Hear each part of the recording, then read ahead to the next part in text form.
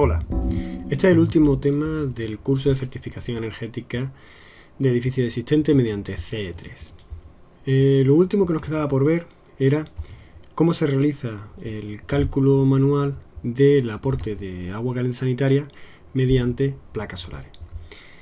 ¿Esto qué es? Tenemos aquí CE3 abierto, estos son los archivos que hemos hecho durante el curso, y si abrimos uno cualquiera, vemos que dentro de la definición de sistema, en los sistemas principales de agua caliente sanitaria, vemos que hay un porcentaje de energía solar que se nos solicita. Ese porcentaje de energía solar lo que nos está solicitando es qué parte del agua caliente sanitaria de la vivienda o del edificio a certificar pues está cubierto mediante energía renovable, en este caso mediante placas solares. A partir del año 2006 el Código Técnico exige un mínimo de porcentaje de cobertura solar mediante placas en edificios de vivienda de nueva planta.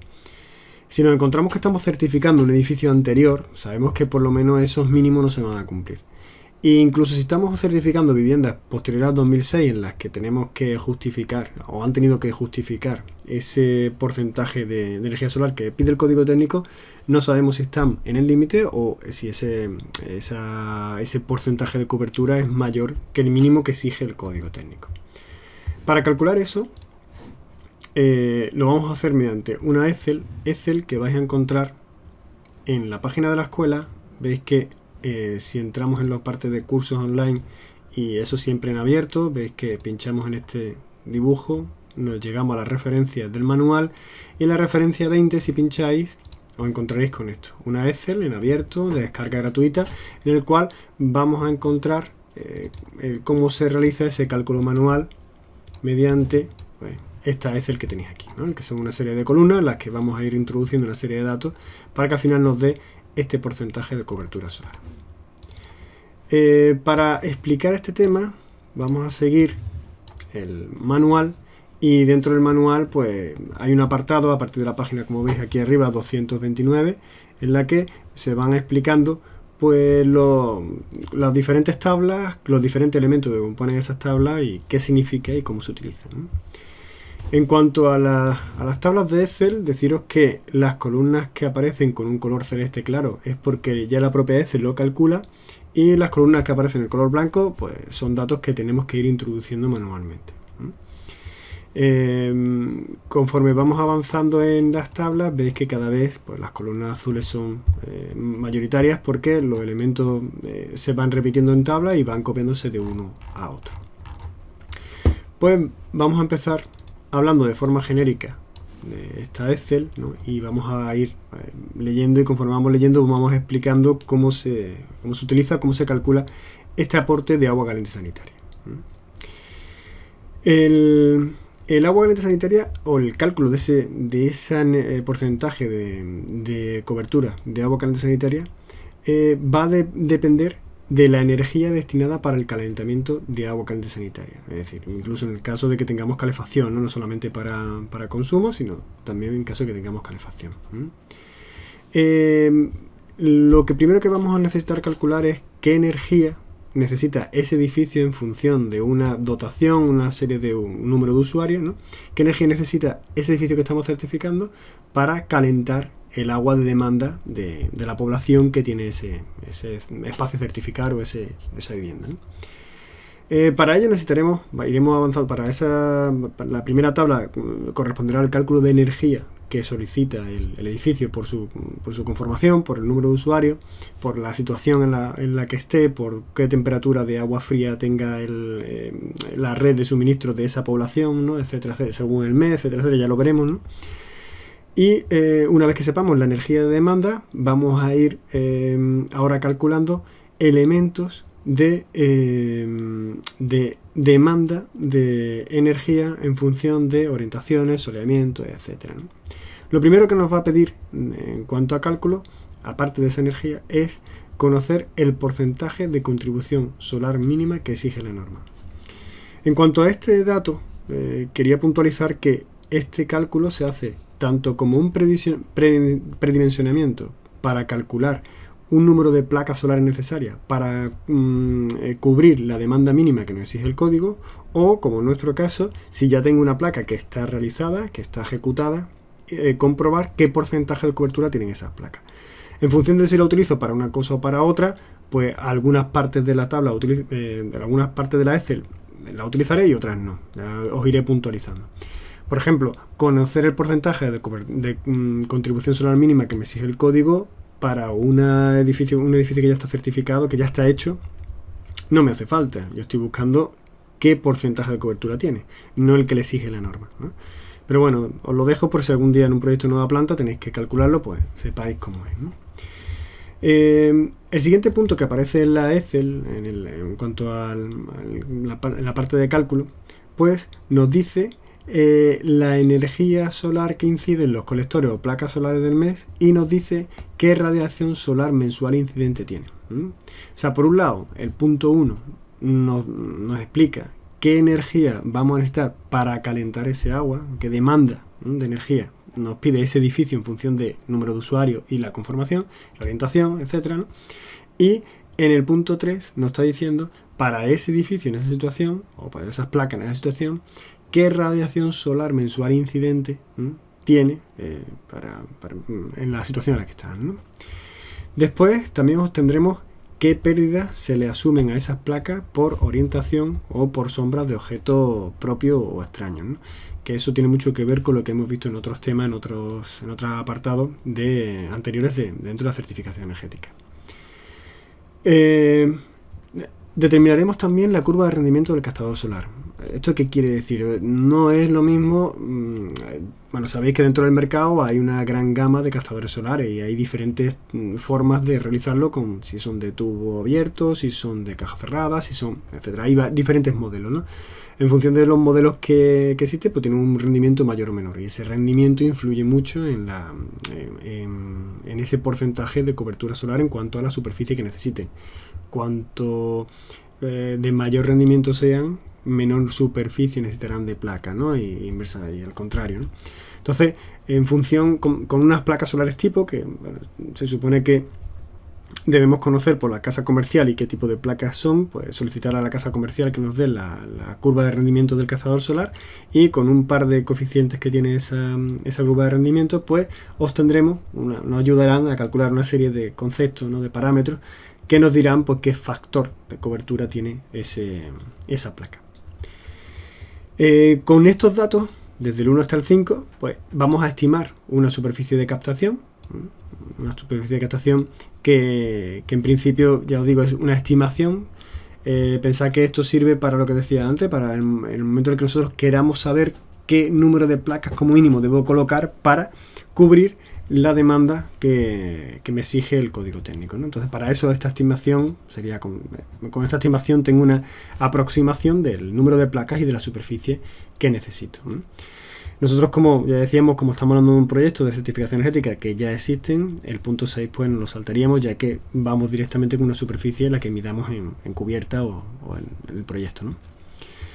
A partir de aquí aparecen un par de parámetros, que es el de 1 y el de 2, que explicaremos más adelante, en el que es una relación de una fórmula en cuanto a energía absorbida por el captador, relacionándola con la carga calorífica o la demanda del edificio para el parámetro de 1, y para el D2 relaciona la energía perdida por el captador con la carga calorífica necesaria o la demanda que nos pide ese edificio, ¿no? Que en realidad lo mismo, carga calorífica necesaria o demanda de energía que nos pide el edificio, pues lo mismo. Entonces, con esas dos relaciones, dividir esas dos demandas energéticas, por llamarlo de una manera genérica, pues obtenemos dos parámetros que luego me van a ayudar a calcular ese factor F de porcentaje de cobertura. También en el punto 8 veremos cómo calcular un volumen de acumulador para esas placas solares, que ya os digo, pasamos lo mismo, ¿no? Pasa lo mismo, nosotros tenemos el volumen de acumulador, imaginamos ya fijo, pero si necesitamos para una obra nueva planta, pues calcularemos mediante este dato.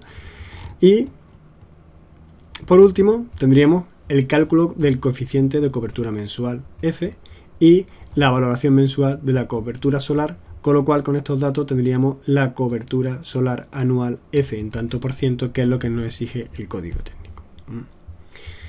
En principio ya veis que estos datos son muy genéricos. Quedaros un poco con la idea clara que yo tengo que calcular demanda energética para ese número de personas, esa ratio de personas, ese número de usuarios y en esa localización que me pide ese edificio y me tiene que generar esas placas.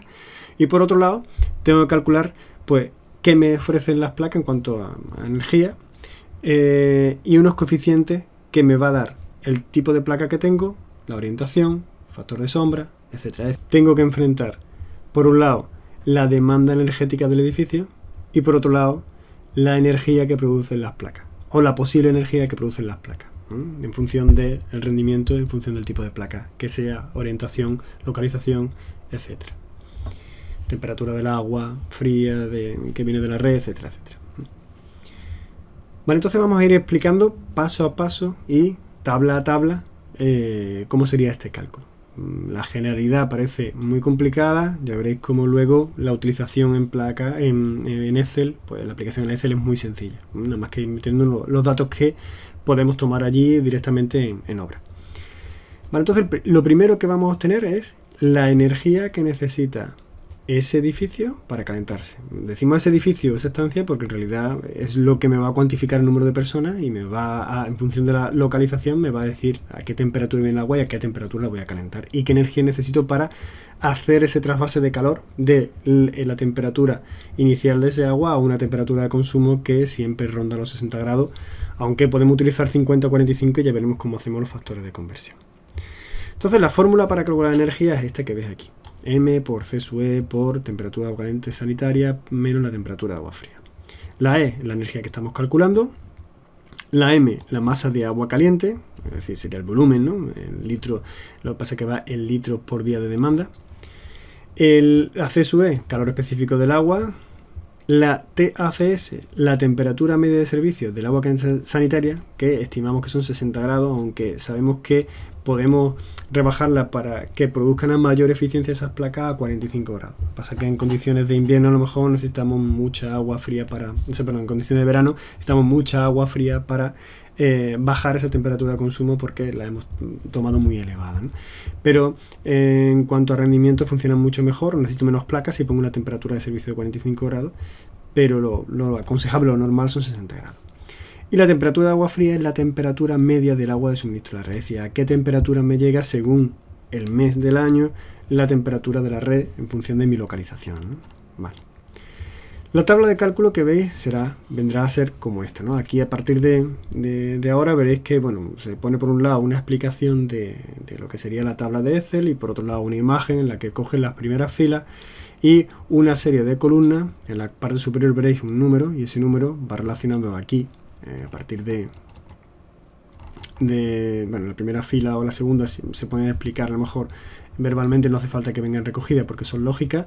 Y como en este caso, ¿no? Veis aquí el mes, pues estamos hablando de cómo vamos a calcularlo diariamente y los datos que vamos a recoger en cuanto a temperatura del agua y demás, pues van a venir por mes.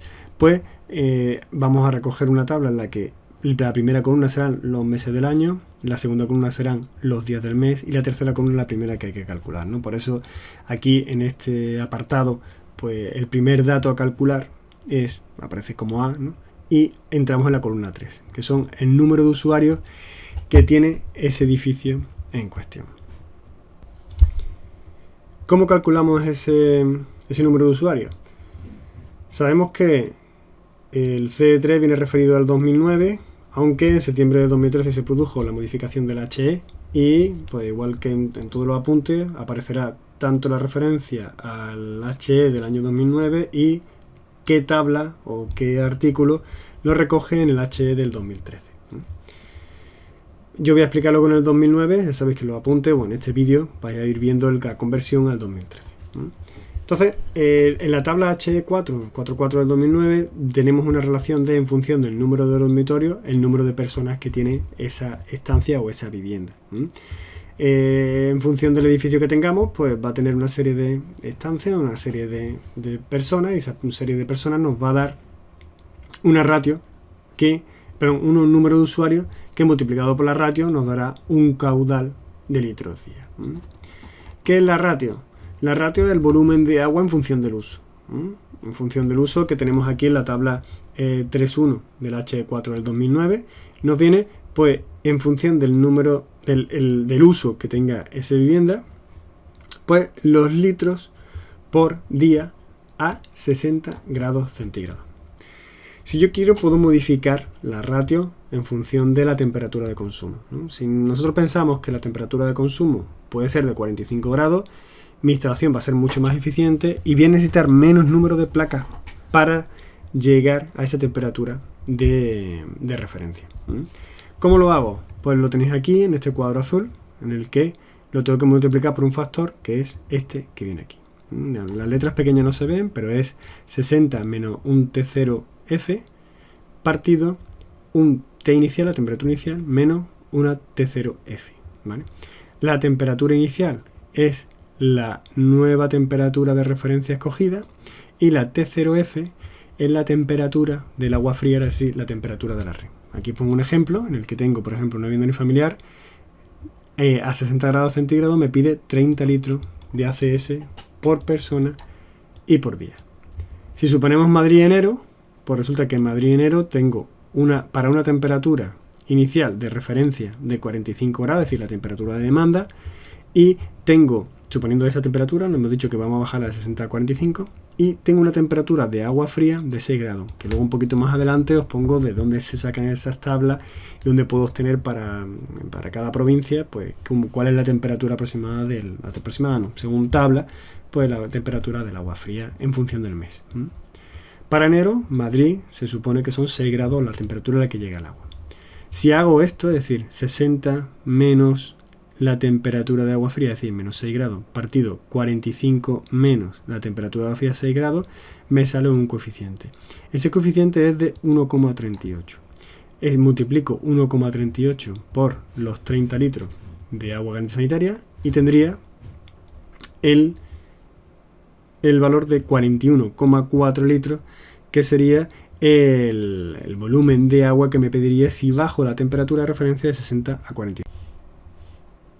La temperatura del agua la tenemos mediante las tablas de Censolar, que la veremos un poquito más adelante. Y en el caso que queráis saber cómo se hace esta conversión bajando la temperatura en el H4 del 2013, lo tenéis aquí, en el 413 del 2013. ¿Qué otras columnas me quedan para calcular la energía de demanda que me demanda mi edificio, mi vivienda va a certificar? Pues la columna 5, lo voy a poner aquí debajo para que lo veamos, vayamos viéndolo a la vez. La columna 5, que sería el caudal diario, que es la multiplicación del número de usuarios por la ratio. La columna 6, que es la ocupación. La ocupación es cómo se utiliza ese edificio. Por ejemplo, si tengo una residencia de estudiantes, sé que los meses de verano la ocupación es del 0%. Entonces, aquí, por ejemplo, en julio-agosto, porcentaje, pues tendría que poner 0 y 0. El porcentaje de ocupación que pensemos que va a tener ese edificio según el uso. La columna 7, el caudal mensual, que es el caudal diario por el número de días del mes. Tengo el número de días de mes y el caudal diario, que son los 2640. La temperatura de agua caliente sanitaria, pues se supone que son 60 grados, ¿no? Lo que decíamos antes. Y la temperatura de agua fría viene según la tabla de Censolar, que es la que tendríamos aquí. Me quedan 3 columnas más, bueno, que ahora veremos. La siguiente es una recta directamente TACS menos TF, es decir, 8 menos 9, ¿vale? Fijaros, le voy quitando los grados. Y ahora veremos qué son estas dos. La tabla Censolar la recojo aquí, en la que viene la temperatura según la provincia, pues según el mes, la temperatura media del agua de la red general, en grados centígrados, para todas las provincias. Y por último, quedaban las dos últimas columnas, que era la 11 y la 12. La 11, que es la energía mensual, que es lo que nos pide, pero el cálculo está en kilocalorías. Y luego la 12, que es la energía mensual, y he hecho un cambio del kilocaloría a kilovatios hora, porque lo utilizaremos más en kilovatios hora. Aquí tenéis pues cómo sería el cálculo, ¿no? Tendríamos el cálculo mensual por la diferencia de temperatura por el calor específico, que es la fórmula que vimos al principio que se nos demandaba para el cálculo de la energía. Vale. Entonces ya con esto, con la columna 12, tendríamos lo que sería la energía mensual. Tendríamos la energía mensual en kilovatios hora que nos demanda el edificio en función del uso. Fijaros aquí como le he puesto 0 y 0, pues en verano no nos demanda energía. 50 por ejemplo, ¿veis? Bueno, tenemos 100, recordaros que es lo blanco lo que hay que rellenar, lo azul se calcula solo. Y aquí sería la totalidad para el año, en kilocalorías y en kilovatios hora. La sumatoria de todo de esta columna. ¿De acuerdo? Vale. Como veis, ya directamente aparece la cobertura solar anual F 73,60%. Esto es un elemento que vais a ver en todas y en cada una de las Excel. ¿Por qué? Porque muchas veces modificando una parte de la Excel, superficie o orientación o bueno, etcétera, podemos ir modificando, se va a ir modificando este dato. Entonces es bueno que en todas las tablas, en todos los elementos, te aparezca el dato final de cálculo. Todos los elementos que se están calculando parcialmente, pues aparezca el dato final, ¿no? El resultado final. Entonces aquí nos dice que tal y como está ahora mismo esto, que ahora lo iremos explicando, pues tengo una cobertura solar anual de 73,60%. Vale. Si tuviésemos una obra de nueva planta, tendríamos que comprobar cuál es la cobertura solar mínima que me exige el código técnico. ¿Cómo se calcula eso? Bueno, lo primero que tengo que saber es dónde está ubicado el edificio. En función de dónde está ubicado, estará afectado por una zona climática. Y esa zona climática, en función de unas condiciones, pues me dará el porcentaje de cobertura solar mínimo. Si lo estamos viendo a través del código técnico del 2009, vemos que hay un plano que es la figura 3.1, donde nos dice las zonas climáticas. Vamos a suponer que estamos en Málaga. Fijaros, Málaga aparece que está dentro de la zona climática 4. Lo tenéis aquí. La zona climática 4. Además, hay un desglose en el que podemos ver, por dentro de la provincia, pues algunos municipios en el que, bueno, por algunas circunstancias vienen recogidos, no vienen todos, y en este caso, pues resulta que todos los municipios de Málaga pues tienen la misma zona climática. Pero puede darse el caso de que haya diferentes zonas climáticas en un municipio. Entonces, bueno, vendrán recogidas en su desglose de la provincia, que lo tenéis en el HE4 2009 y en las páginas 6 y 7. Esa zona climática 4, como veis aquí arriba, nos dice que para la zona climática 4, la radiación solar que se produce en esa zona climática, según si son megajulio o kilovatio hora metro cuadrado, que es con lo que vamos a trabajar, vamos a acostumbrarnos a trabajar con kilovatios hora, va a ser entre 4,6 y 5. Vale. Si nos vamos al H4 del 2013, es un poco diferente para conocer la zona climática del edificio, de dónde está ubicado, ¿no? Tenemos que utilizar el Atlas de Radiación Solar de España, utilizando los datos del SAP de clima de UMESAT. Yo lo he puesto dentro de la página web, en la referencia 22, tenéis directamente el HTTP o la dirección, el vínculo, ¿no? Para ir directamente a la página, y va a aparecer a la página que veis aquí en pantalla. Esa página en pantalla, en la parte de abajo, tiene un PDF descargable en el que nos dice pues las diferentes nos da los valores medios de irradiación global y directa en las capitales de provincia. En el HE4 aparece una tabla en la que, en función de los kilovatios hora metro cuadrado, pues tenemos dentro de unos márgenes, ¿no? Nos da la zona climática. Si nos vamos a la página 133 de ese PDF, vemos la tabla de valores medios de irradiaciones globales y directas, ¿no? Que es lo que tenéis aquí, la radiación solar global media directa anual, ¿no? Que es lo un poco relaciona esto, es digamos los datos recogidos, y esto es lo que exige la norma. Entonces para Málaga resulta que la media global es de 5,20. Entonces para el HE del 2004, perdón, el HE4 del 2013 nos dice que el ambiente de Málaga la zona climática de Málaga es una zona climática 5. Con lo cual, porque está dentro de los kilovatios hora metro cuadrado, por encima, fijaros, kilovatios hora metro cuadrado por día, por encima de 5. Vale. ¿Qué pasa con ese ambiente? Pues que en función de si entramos en el HS4 o el HS3, perdón, otra vez, si entramos en el HS4 del 2013 o del 2009, pues tenemos unas tablas o otras que nos regulan el hecho de qué porcentaje de cobertura tiene. La cobertura en el 2009 viene en función de 2 tablas y depende de cómo es nuestra caldera. Si nuestra caldera es eléctrica, entraríamos en el caso efecto Joule, en la parte inferior de las tablas segundas, pero si no es eléctrica, entraríamos en lo que llama caso general. Imaginaos que nosotros tenemos una caldera de un acumulador eléctrico normal y en función de la demanda total de ACS del edificio, en litros día, pues tendríamos, y la zona climática en la que está, tendríamos la cobertura. Vamos a ver el caso, por ejemplo, que estábamos viendo en la Excel que tenemos por aquí, ¿no? Nosotros aquí calculábamos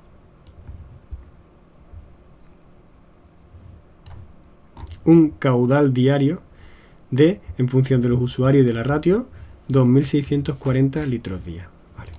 Pues, si tenemos un calentador eléctrico, tengo que entrar en el caso efecto Joule, estamos en 2.600, con lo cual estamos aquí, en esta fila, y decíamos que Málaga tenía un ambiente 4, o sea, una calificación, una zona climática. Este 5 era para el 2013, 4 era para el 2009, y estas tablas corresponden al 2009, pues estaríamos en la 4, con lo cual la exigencia del código técnico para nuestro edificio sería del 70%. Vale.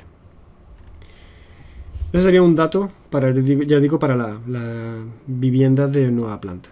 Para nuestro edificio de certificación energética, bueno, en principio no nos hace falta el porcentaje mínimo, sino el porcentaje real, ¿no? Vale, entonces seguimos calculando y la siguiente tabla de cálculo es, vamos a obtener qué radiación solar mensual incidente tengo en mi caso real, ¿no? En mi edificio, ¿no? Esta radiación solar incidente va a ser el HMS, que lo calculo, y depende de estos elementos, N, K y H día. N, número de días del mes, K, un coeficiente de corrección en función de la orientación, inclinación, sombra, etcétera. Sombras no, orientación e inclinación, y H día será la radiación solar incidente. Este dato viene según tabla, y esta tabla es la que veis aquí. Viene en la página 100 del anexo 10 del pliego de condiciones de solar térmica del IDAE del año 2009. Vale, entonces, en principio, el tema de orientación óptima e inclinación óptima de las placas, comentaros un poquillo, si estáis en una obra nueva planta y tenéis que colocar una placa solar, la orientación más aconsejable siempre es orientación sur, porque es la que recoge mayor horas solares, mayor incidencia solar. Y la inclinación óptima, la inclinación depende de si lo vamos a usar anualmente o si esa placa solar la vamos a usar solamente en temporada, en estaciones, ¿no? En estación de invierno o estación de verano. Si la vamos a utilizar anualmente, la inclinación óptima siempre es la latitud. La latitud, que aquí tenéis un cuadro de latitudes según el IDAE 2009. Si estamos hablando de, por ejemplo, Málaga, vemos que la latitud es la segunda columna, son 36,7 grados. Esa sería la inclinación óptima para una placa solar que se utilice todo el año. Ahora, si la estamos utilizando solamente para invierno, como el sol va a estar más bajo, la inclinación tiene que ser 10 grados más. Y si la estamos utilizando solamente en verano, como el sol va a estar más alto, pues la placa solar tiene que inclinarse mucho menos, o sea, tiene que estar más cerca de la horizontal, con lo cual será la latitud menos 10 grados. Luego tenemos siempre casa comercial, los elementos que tengan ellos de apoyo, y ya veréis cómo rondan los 40 grados. Pero bueno, para Málaga la verdad que no hay problema porque es una buena orientación, una buena inclinación. Para un proyecto real, pues para un proyecto de certificación energética, la que venga. Simplemente la que venga, pues sería la orientación que tenga, o sea, la inclinación que tenga, pues sería lo que nos daría los datos que meteremos en el cálculo. El H día, que os decía que venía según una tabla del IDAE, pues aquí tenéis la tabla recogida, en el que tenemos pues cómo es la energía solar incidente en función del mes y en función de la provincia. Aquí tenemos los meses en la fila primera y en la columna las provincias. Ese dato pues lo tendremos que meter en tabla. Para que os ponga un poco. Y este sería el cuadro de corrección del coeficiente K, según la latitud.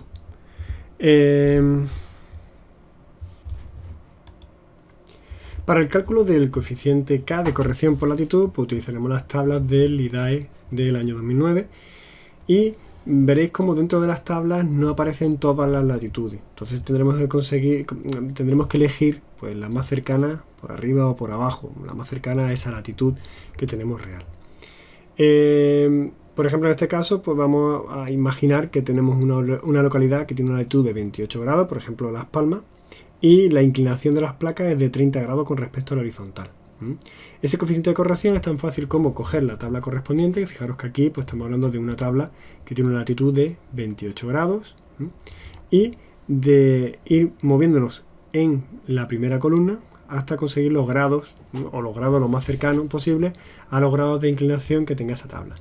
Estos son los coeficientes de corrección para esa energía incidente en la placa, que meteremos por cada mes. Fijaros cómo en los meses de enero, para esos 30 grados, aumentamos la incidencia en placa de energía solar, 1,22, pero en los meses de abril, mayo, junio, julio y agosto se reduce ese porcentaje de energía de captación, con lo cual está bien pensada, ya que para esta latitud de 28 grados, 30 grados produce un mayor aporte de energía en la época de menos soleamiento y uno menor en la época de más soleamiento. Funciona bastante bien. Vale.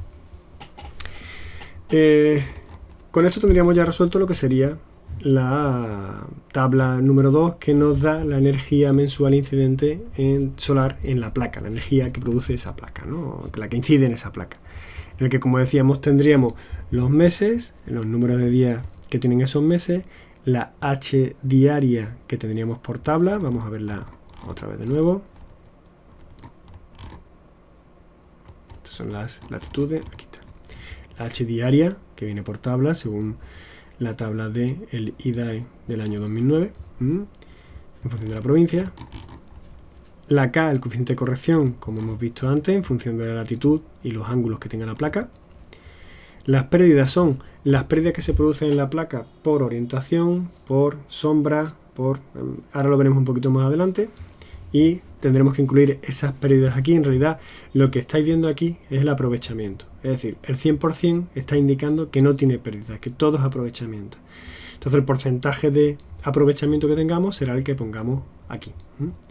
Y luego, pues el HMS en megajulio y el HMS en kilojulio, es decir, la energía mensual que tiene en megajulio y la conversión en kilovatios, ¿no? En kilovatio hora. El cálculo, ¿cómo se hace? Pues simplemente multiplicando pues días por H por K por las pérdidas, ¿no? Que es lo que tenéis, que es lo que decíamos al principio, que es la fórmula que me aparece aquí arriba, ¿no? De acuerdo, faltarían las pérdidas, que no están ubicadas, pero bueno, que se suponen que vienen incluidas. Si cogemos la Excel, pues veis, este sería el completo, en el que aparecen los días, la megajulio de aporte, la H, la K de pérdida, perdón, la K, las pérdidas y luego la multiplicación de los dos últimos elementos. Y como siempre, pues la cobertura solar anual que se produce. Vale. ¿Cómo se obtienen las pérdidas? Bueno, tengo diferentes tipos de pérdidas. Vamos a ver qué pérdidas se pueden producir en nuestra placa y cómo se producen en función de cómo sea o cómo estén colocadas esas placas. Principalmente tenemos dos tipos de pérdidas. Las que se producen por orientación e inclinación de las placas y las que se producen por sombras de objetos, ya sean propios o extraños.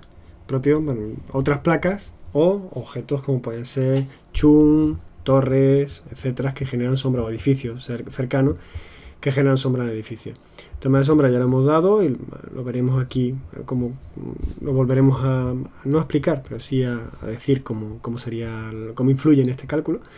Y orientación e inclinación lo vamos a ver ahora. Las pérdidas por orientación e inclinación, según vienen recogidos en el código técnico, en el H4, en el 3.5 de 2009, pues son las que aparecen en la tabla esta de aquí abajo, en la que tenemos tres tipos de casos. El caso general, el que veis en el gráfico de aquí. Este gráfico nos dice que las placas están ubicadas sobre un forjado horizontal. En el caso de superposición, lo que tenemos son las placas colocadas sobre un elemento inclinado del edificio. Y la de integración arquitectónica son aquellas placas que sustituyen a un elemento de cerramiento, que sería en el gráfico este que tenéis aquí como 3, pues serían los elementos de integración, el que sustituyen, en este caso sustituye una cubierta y en este sustituye a un cerramiento de fachada. En función de dónde esté ubicado esa placa solar, pues se le permite unas pérdidas por orientación e inclinación, que son las que tenéis en la primera columna, unas pérdidas por sombras, y en el caso que se produzcan pérdidas por los dos, se le permite unas pérdidas totales como las que veis aquí. Como veis, no suman estos dos datos anteriores, sino que se permite ya, en el caso de que tengan dos tipos de sombras, se les permite un poquito menos de pérdida total. O sea, se les pide que sea más eficiente. Vale.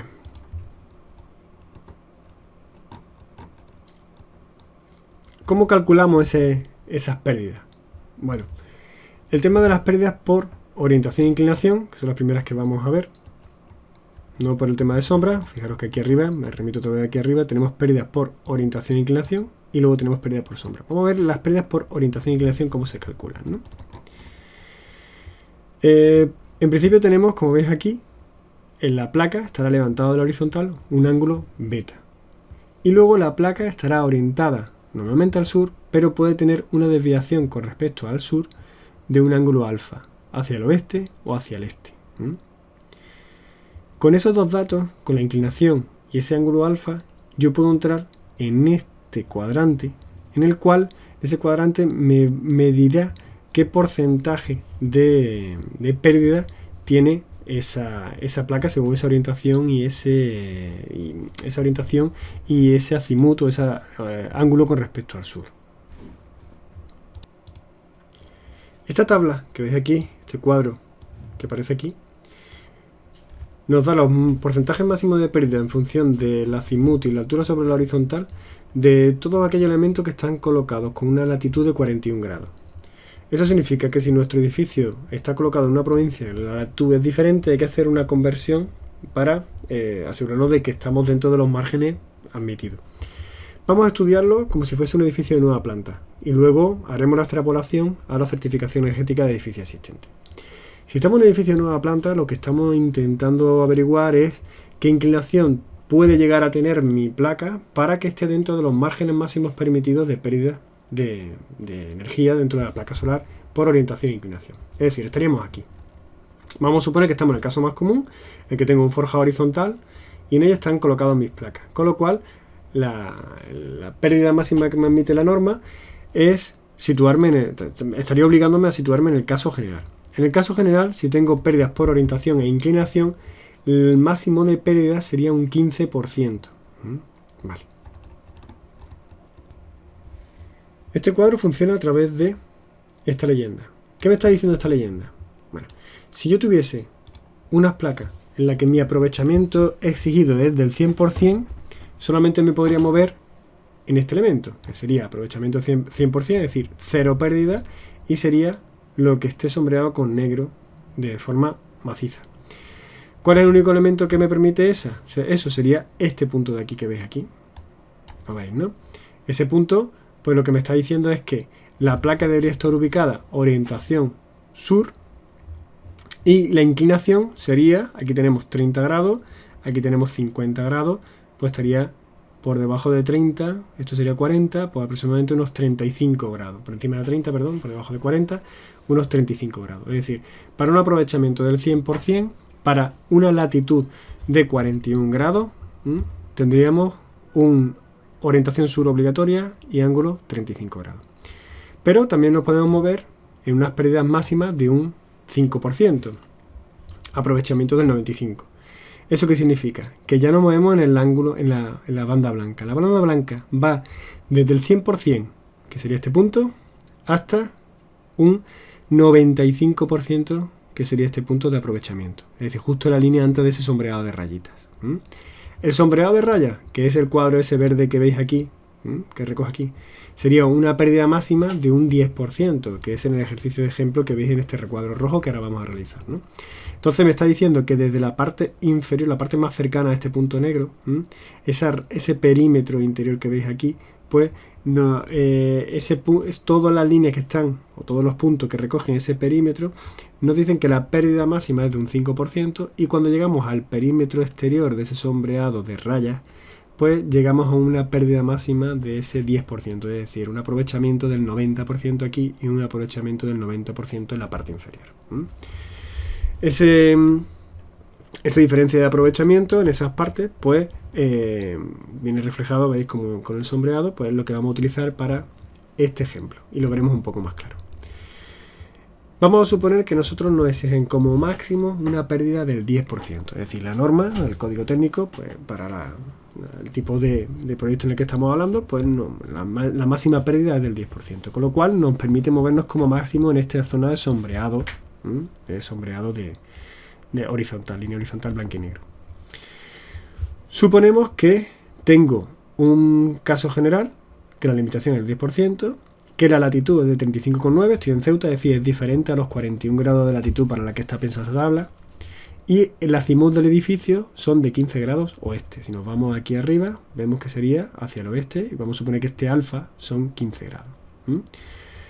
Vale, entonces, si vemos cómo se resuelve ese ejercicio, lo que tengo es, me voy, fijaros que aquí tengo el sur, me voy hacia la izquierda, hacia el oeste, y me paro a los 15 grados, que es el azimut que tiene mi placa, la orientación que tiene mi placa.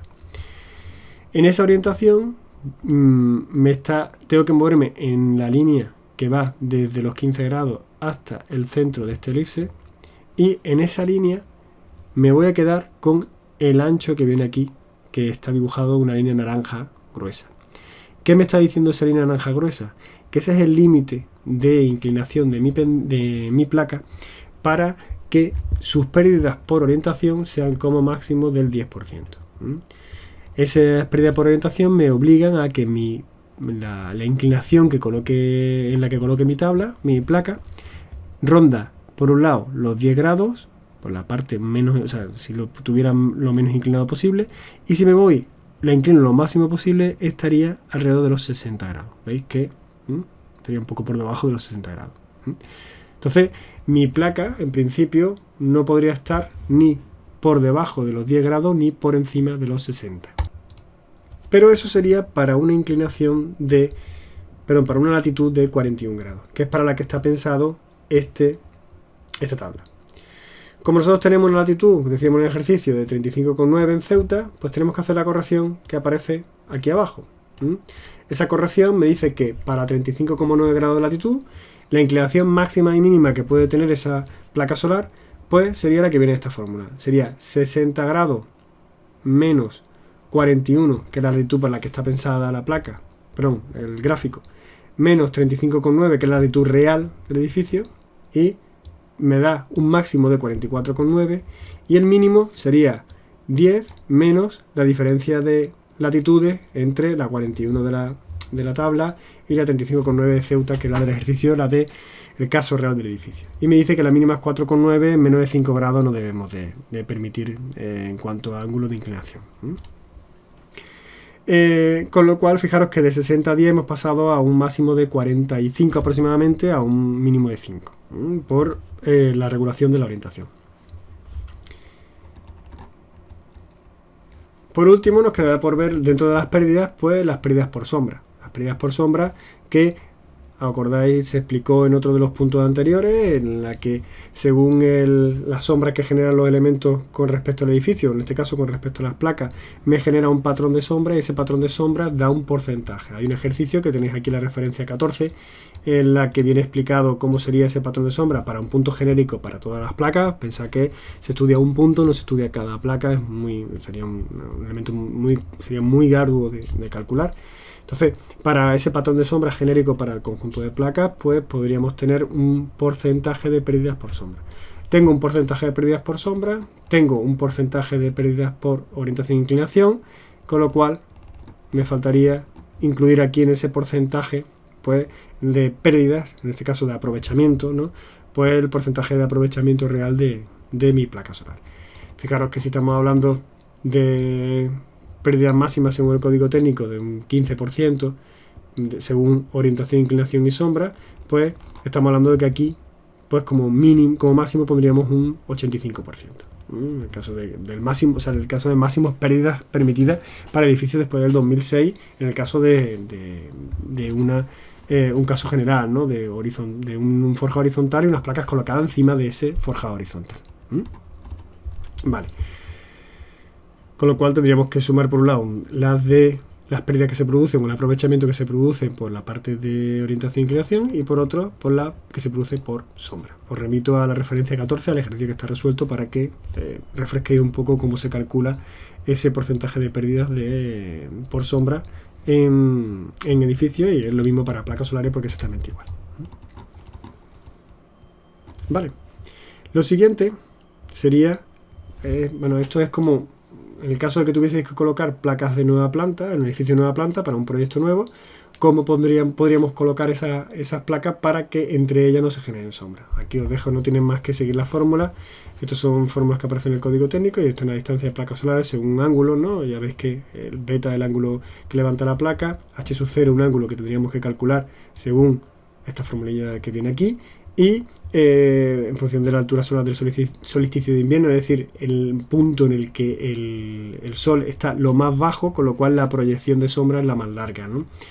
Y teniendo ese h sub 0, pues ya podríamos calcular esta d, que vendría según la formulación que veis aquí, ¿no? En el que tenemos tangente de beta, tangente de h sub 0 y luego seno de beta y esta distancia L que viene aquí. Es decir, la longitud de la placa. L, seno de beta, tendría H.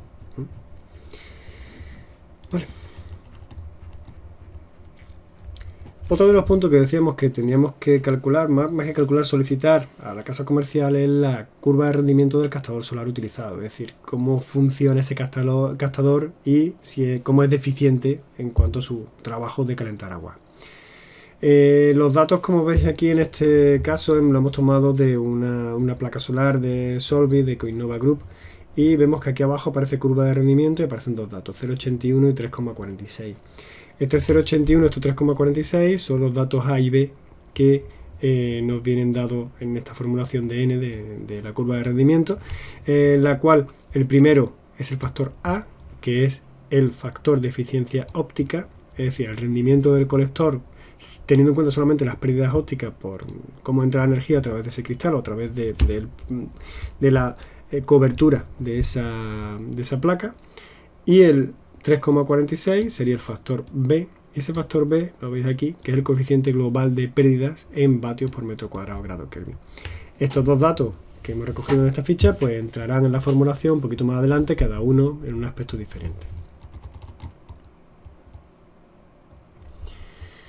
Este punto 6 es solamente para edificios de nueva planta, es decir, es una aproximación de cómo calcular una estimación de captación necesaria para las placas solares, es decir, la superficie que necesitamos de placas solares, pero en una estimación aproximada.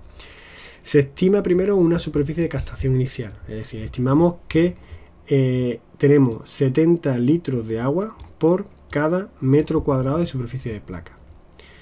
Sabemos que el caudal diario que necesita el edificio, o el edificio a certificar en este caso, son 2.640 litros. Eso lo teníamos, acordáis, en la Excel, en la primera columna, cuando calculábamos, la columna 5, perdón, la primera tabla, cuando calculábamos el caudal diario, que era la ratio por el número de usuarios. Daba 2.640.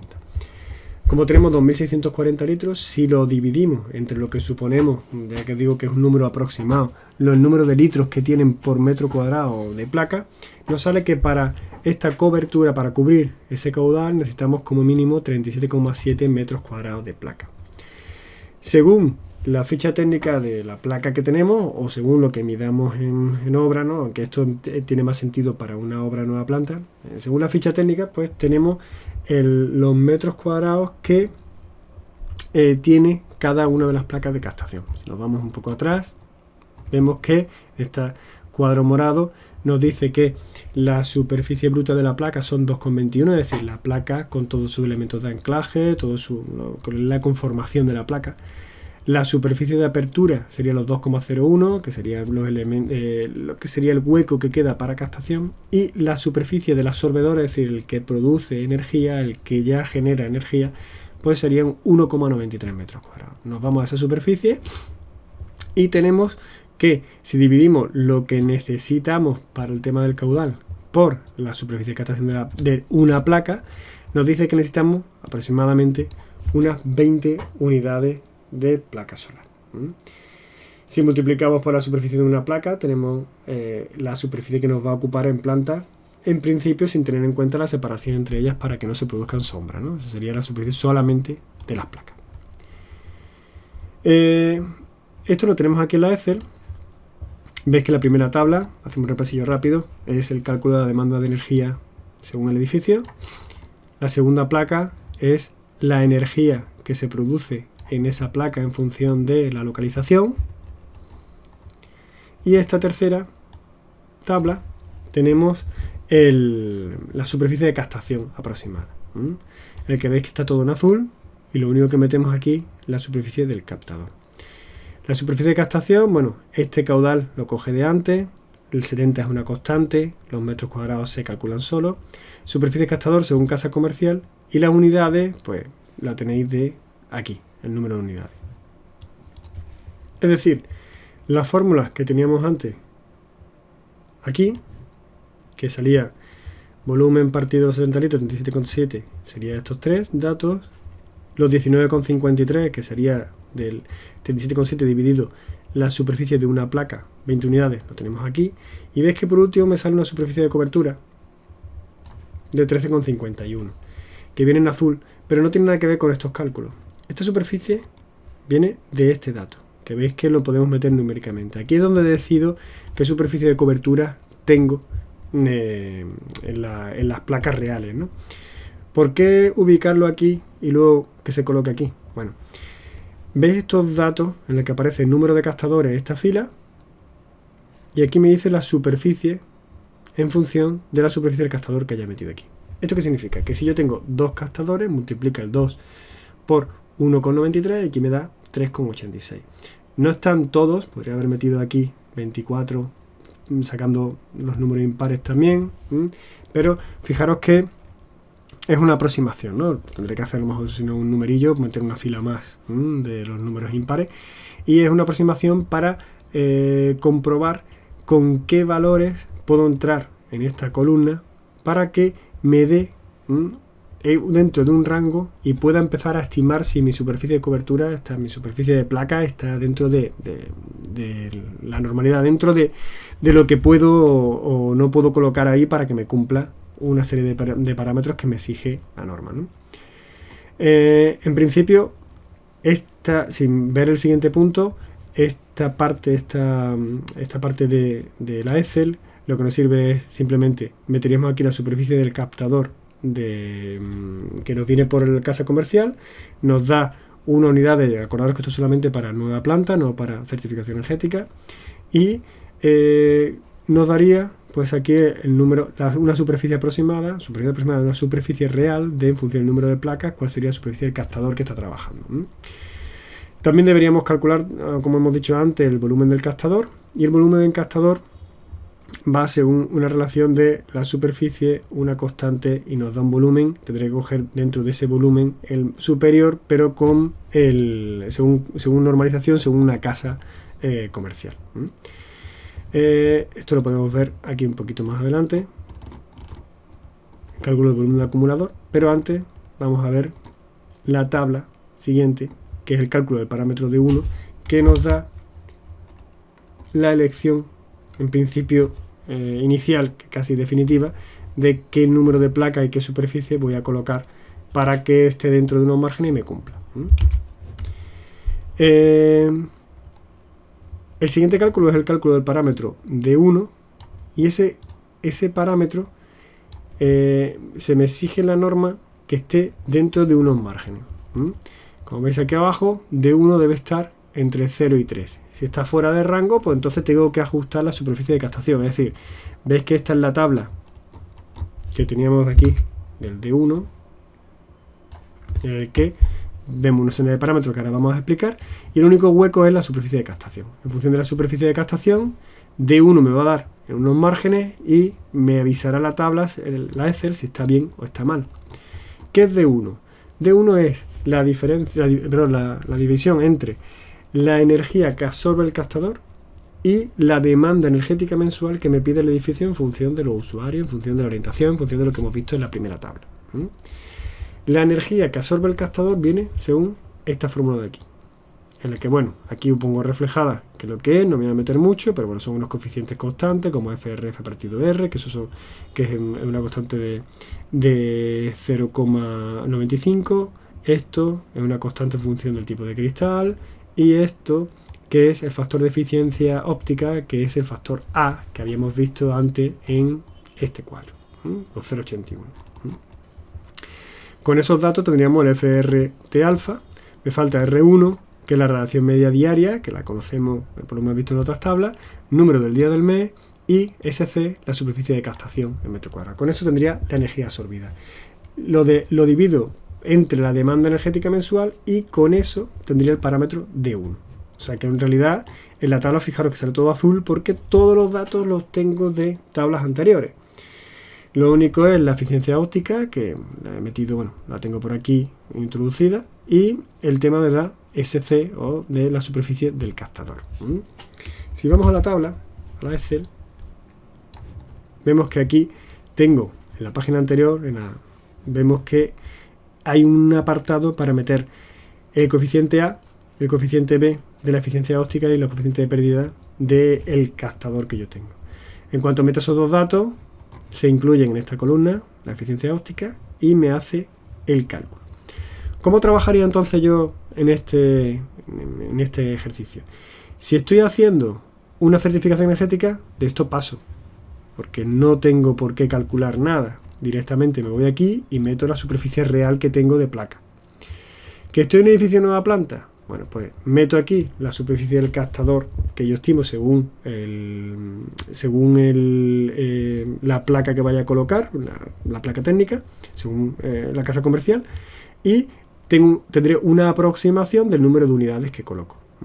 Con esa aproximación, pues, si aquí pone que tengo 20 unidades son 38,60. Me voy aquí y aquí colocaría 38,60. Me voy aquí pondría 38,60. Y fijaros que en cuanto meto esa superficie, el D1 me avisa que he superado el valor 3 máximo admisible. Con lo cual me tengo que ir a menos. Vamos a colocar 16 placas que serían 30,88. 30,88. Fijaros que sigo por encima de los datos mínimos. Acordaros que esto no deja de ser una aproximación. Yo tengo que estar dentro de los valores D1 permitidos. Entonces, está muy bien que me dé aproximadamente por dónde tengo que empezar, pero lo suyo es que me cuadre. Entonces, voy a colocar 12 placas que son 23,16. A ver. Y fijaros que ya 23,16 sí entra dentro de los valores permitidos de D1 que nos exigía entre, hablo de memoria, 3 y 0. D1 tiene que estar entre 0 y 3. Y todo esto está entre 0 y 3. Si no, nos avisaría. Si coloco 23,16, estoy diciendo que 23,16, fijaros que ya aparece por aquí colocado. Estoy diciendo que estoy colocando 12 placas de 1,93. Ese dato también se mete aquí. Y ya me calcula automáticamente el volumen en metros cúbicos que me pide para el acumulador. Ese acumulador, pues me voy a casa comercial, busco un acumulador mínimo de 1737 y bueno, aproximadamente hemos adoptado uno de 2000 metros cúbicos, pero bueno, ya en función de la casa comercial pondréis aquí un dato u otro. Lo que sí se debe comprobar para el acumulador es que haya una relación, hay una comprobación del volumen de óptica que ahora veremos un poquito más adelante, en lo cual tiene que haber un dato que está entre 50 y 180. Ahora lo veremos, lo tenemos desglosado los apuntes. Si por lo que sea, esto por ejemplo, fijaros que fuese 10, fijaros que me salta en rojo, y si fuera 20.000, igual me salta en rojo, ¿no? Porque está por encima de estos dos valores. Hemos puesto uno de 2000 y me parece que está entre estos dos valores, con lo cual estupendo, se comprueba, está en verde y podemos seguir adelante. Vale. Aquí viene reflejado cómo se calcula el volumen del acumulador, en el que se aconseja que ese volumen sea aproximadamente 75 veces A, cuando A es el área de captación, con lo cual, entonces, si tengo 23,16, lo multiplico por 65 y salen los 1737 litros. Eso es lo que teníamos antes en la Excel, aquí, ¿veis? Esa formulación. También la norma me dice que tiene que estar entre 50 y 180 el volumen partido del área de captación. Y esa es la comprobación que hacemos en el, porque esto no sale directamente por cálculo, pero luego en la elección de los litros va por casa comercial. Entonces, como tengo que comprobar esa relación, pues me la comprueba la Excel, lo que hemos visto aquí. Y si cumple, pues aparece en verde y si no, aparece en rojo. Vale. Seguimos entonces con los cálculos. El siguiente apartado sería, la siguiente tabla, sería el cálculo del parámetro D2. Fijaros que es todo azul, salvo esta columna. Conforme vamos avanzando, cada vez hay que meter menos datos. ¿Qué es el parámetro D2? ¿Qué es el parámetro D2?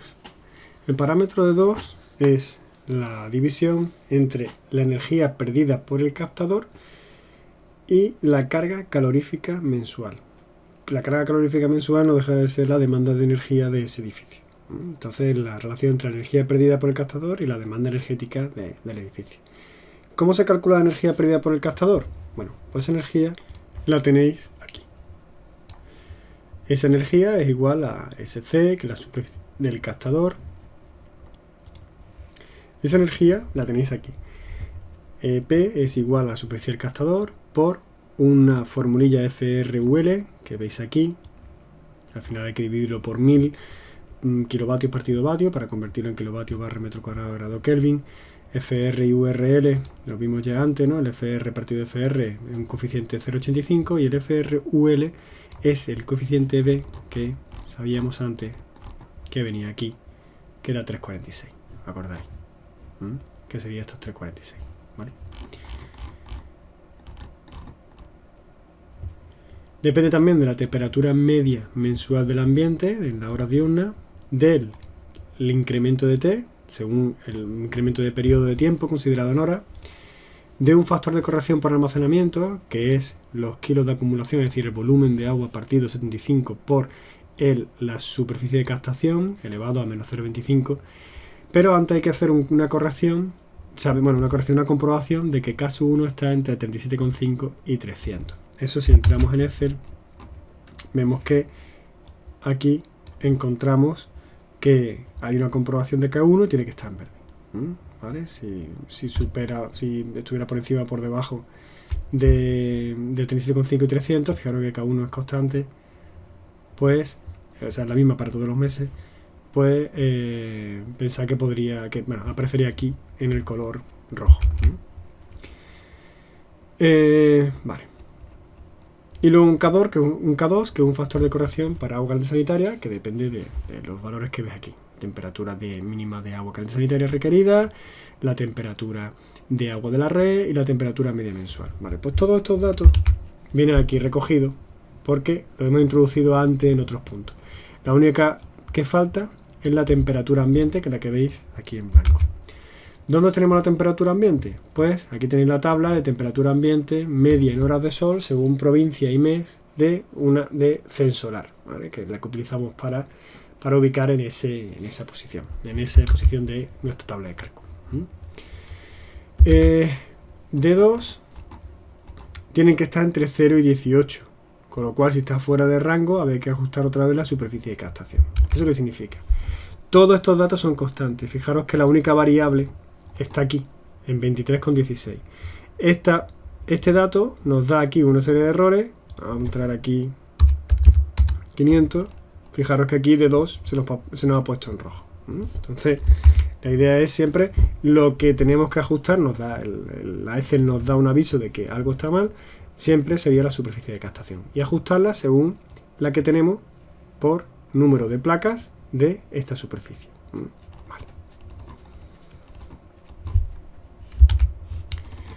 Vale, entonces con esos coeficientes de 1 y de 2 tengo un factor que se denomina un coeficiente que se denomina de cobertura mensual, que será un factor F. Ese factor F multiplicado por la energía mensual, la energía mensual de demanda me da una energía solar mensual. Y una división entre la energía proporcionada por los colectores anualmente y la demanda anual de la energía del edificio, entre esos dos multiplicada por 100, al final, la global, ¿no?, me daría el coeficiente de cobertura solar que tendré que comparar con el que me mide, el que me viene del código técnico, en este caso que lo que aparece aquí es del año 2009.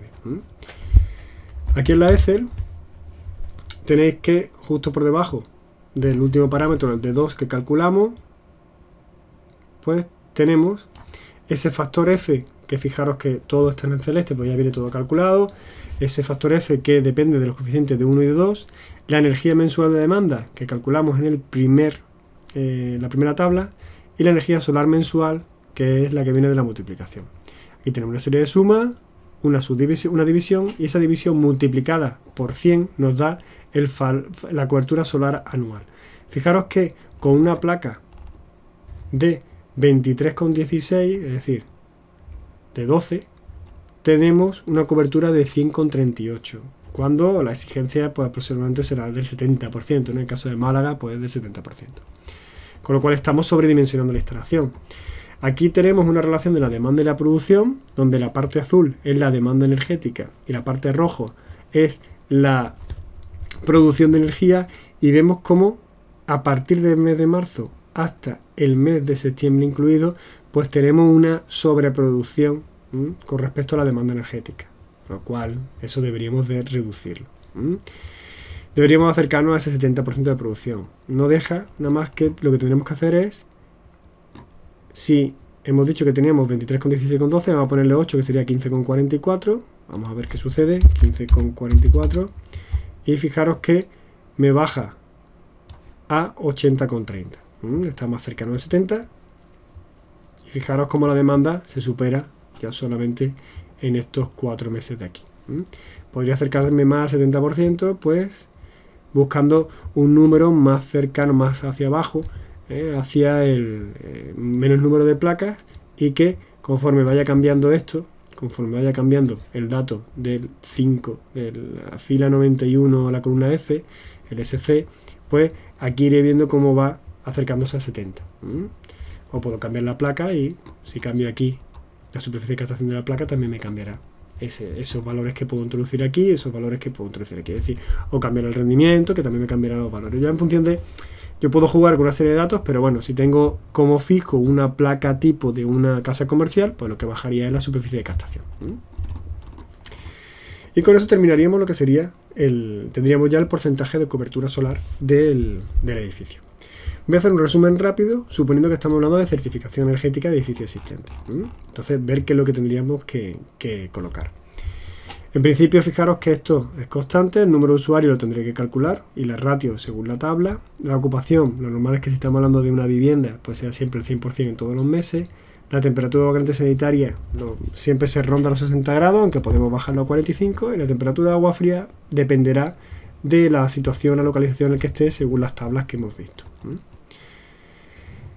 Para ver la energía mensual incidente en esa placa, pues tendré que ver en función de la población, en función de dónde está ubicado el edificio, pues los megajulios que tiene por día, el factor de corrección en función de la latitud, y las pérdidas, pues el porcentaje de pérdidas que tiene, ¿no? Si vamos a suponer que tiene un 85% de pérdidas, pues, de aprovechamiento, porque acordaros que decíamos que en realidad, aunque ponga aquí pérdidas, son aprovechamiento, ¿no? Aquí os pongo que 100% es sin pérdida, es decir, estamos hablando de que más que pérdida debería poner aquí aprovechamiento.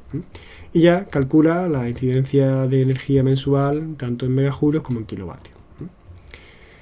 Esto no lo utilizaríamos para nada, porque en realidad nosotros tenemos ya los datos, la placa en obra ya ejecutada, con lo cual lo único que pondríamos aquí sería, veríamos qué marca comercial es, miraríamos en internet los datos de la eficiencia óptica y el coeficiente de pérdida, o lo pediríamos a casa comercial y meteríamos aquí esos dos valores. Una vez que tengo eso, pues tendría que medir las placas y ver qué superficie de captación tiene. Puedo colocarla total, que es más o menos una aproximación, o quitarle un poco el marco, y ya con eso tendría aproximadamente más cercano, más acertado, la superficie de captación real de la placa.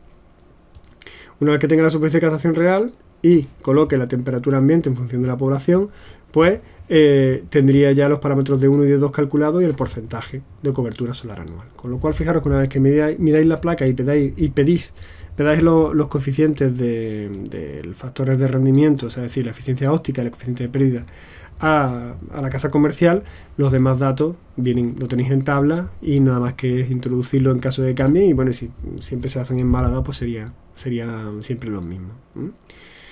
Y bueno, con eso tendríamos terminado el último tema de eficiencia energética de CE3, en el cual, pues, como habéis visto, el cálculo manual, aunque en principio sea muy lioso y en una clase pues llega casi una hora de explicación, pero luego ejecutarlo esto en un proyecto no llega ni a los 10 minutos de trabajo.